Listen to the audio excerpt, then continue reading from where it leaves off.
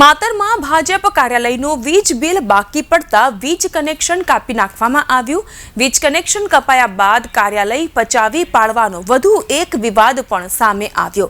ભાજપ કાર્યકર્તા ચંદ્રેશ પટેલે ભાજપ કાર્યાલય પોતાના નામે રજીસ્ટર કરાવીને કાર્યાલય પચાવી પાડવાનો કારસો રચવામાં આવ્યો હોય તેવું ધારાસભ્ય કેસરી સોલંકી દ્વારા આરોપ લગાવાતા ભાજપ સંગઠનમાં ખળભળાટ મચી ગયો।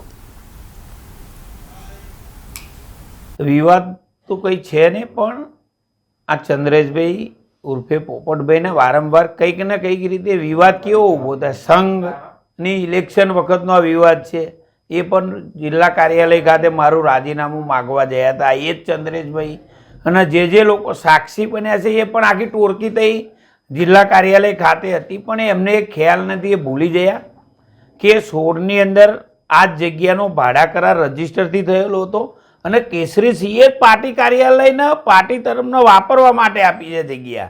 એટલે કેસરીસિંહને આમાં શું ભૂલ? મેં આપી જગ્યા વાપરવા માટે એટલે મારી ભૂલ છે, પણ આ લોકોને, ચોર લોકોને એવી ખબર પડી ગઈ છે કે આપણે ખોટા છીએ, એટલે મીડિયાની અંદર આવીને એવું કહે છે કે સામે બેહીના પ્રશ્નનો નિકાલ લાવી દઈએ। એટલે મારે એવું કહેવું તો નિકાલ લાવવાનો તો તમારે રજીસ્ટર કરાય જ નહીં। આ જગ્યા મેં તમને વાપરવા માટે આપી છે, વેચાણ તો આપી નથી ને।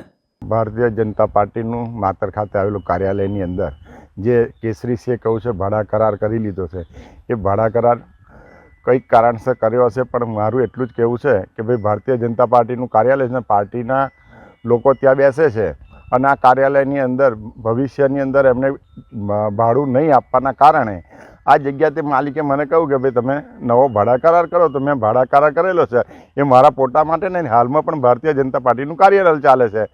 મારે આની અંદર કશું કહેવું ને, પાર્ટી જે આદેશ કરશે એ પ્રમાણે હું એમનું કરાર રદ પણ કરી દઈશ।